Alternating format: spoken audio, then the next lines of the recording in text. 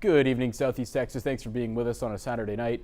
We start with the investigation underway after Beaumont police seized 11 animals from potentially life-threatening conditions. After an anonymous tip, Beaumont police seized the animals from 5570 Shivers Street.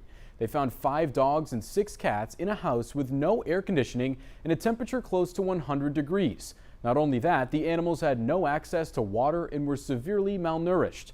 Those animals now in the custody of Beaumont Animal Care, and a hearing is scheduled in front of Judge Ben Collins to decide if those animals will be returned.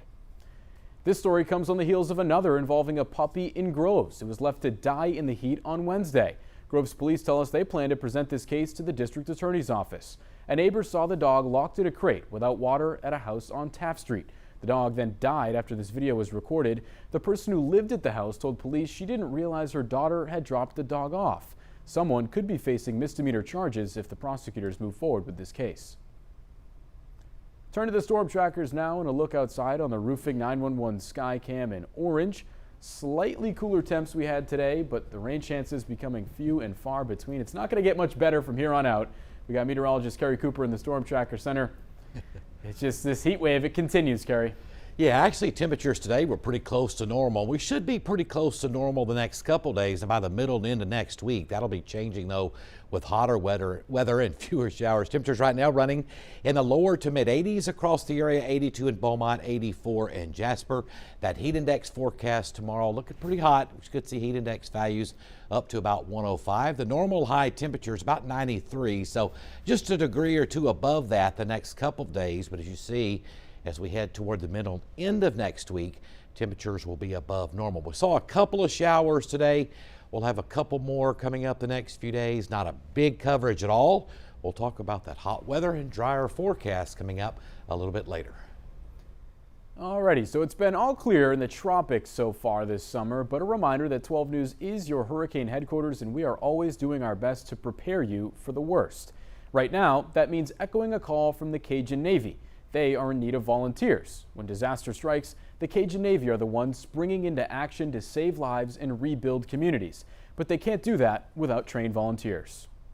Rescue work, police work, fire work, law enforcement, any of that type of work definitely lines up with the objectives we're trying to pursue. Whether you have experience or not, the Cajun Navy could really use your help. Volunteers are split up into 3 different programs with different levels of experience. If you're interested in joining, we have the information on our website. Another local nonprofit is also in need of some help this weekend. Thanks to high prices caused by inflation, the Southeast Texas Food Bank is really struggling. They say rising costs are leading to a decrease in food supply. We need more food. And for us right now to get more food, we have to buy it. Buy it means more money. Between the pandemic and inflation, support has been waning at the food bank. The best ways to volunteer are to give your time or donate financially. For ways to get involved, you can visit setxfoodbank.org. Some other headlines this weekend from around the Lone Star State. High-ranking Democrats were in Dallas for the Texas Democratic Convention this weekend. It started last night. Democratic candidate for Governor Beto O'Rourke made a speech while sitting just 5 points behind Governor Abbott in the latest polls. He touched on the access to abortion, gun control, school safety, and the power grid, but really took his chance on stage to unleash on Governor Abbott. Greg Abbott is chaos. He is corruption. He is cruelty. And he is incompetence. But he is not Texas, and he is not us. It is the honor of my lifetime to lead this extraordinary ticket, but it will be an even greater honor with your hard work, with your effort, with your persistence, and yes, with your courage in the face of these attacks to lead this state as the next governor of the great state of Texas. And there was a Republican response on display in Dallas this weekend. An old ambulance wrapped up with an attack ad against O'Rourke. A recent poll shows O'Rourke just 5 points behind Abbott, a sign that this race is really heating up as we start turning toward the primary in November. Texas Agriculture Commissioner Sid Miller grabbed attention after penning an editorial calling on state lawmakers to expand access to medical marijuana. Right now, medical cannabis is approved for use in the state for a variety of conditions like epilepsy, cancer, and PTSD. Miller says he wants to expand the program despite it not being in line with traditional GOP platform. One political analyst thinks he knows why. I think that voters right now don't like incumbents. The polling that we've seen in Texas and the nation seems to suggest that voters of every stripe are not happy with their incumbents. Miller is set to face Democrat Susan Hayes in the November general election.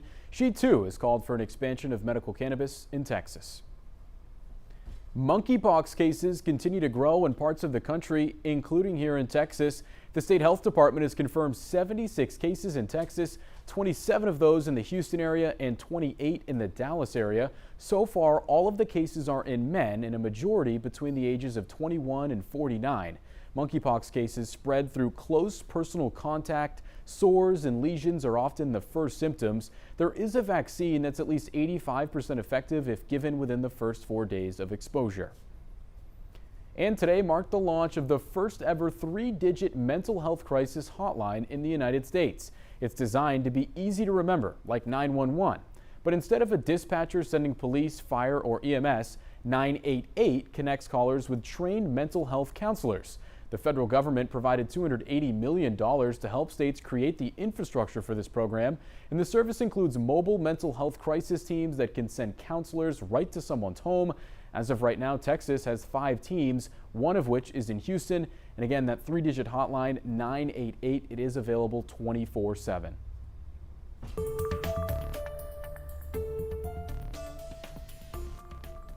Tomorrow, the families of the 19 children and 2 teachers killed in Uvalde could be getting more answers about what happened on that tragic day.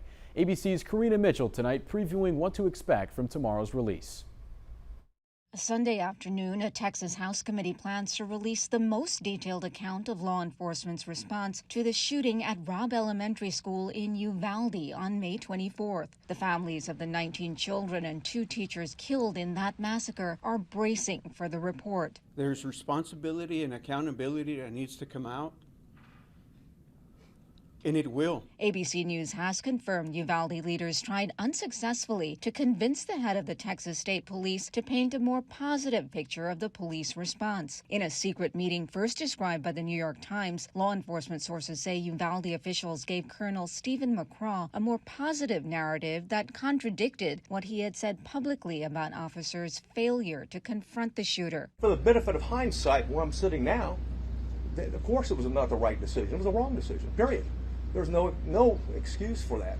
But sources say McCraw refused to change his account. The report will also include other accounts from at least 36 witnesses and is expected to spread blame beyond Uvalde School District Police Chief Pete Arredondo. McCraw has already called law enforcement's response, quote, an abject failure. Surveillance video obtained by ABC News affiliate KView and the Austin American-Statesman shows police officers entering the school and standing near the classrooms, but then quickly retreating and remaining in the hallway for more than an hour while the gunman continued his rampage. Teacher Arnulfo Reyes was inside. He was shot twice and lost 11 of his students. It makes me sick.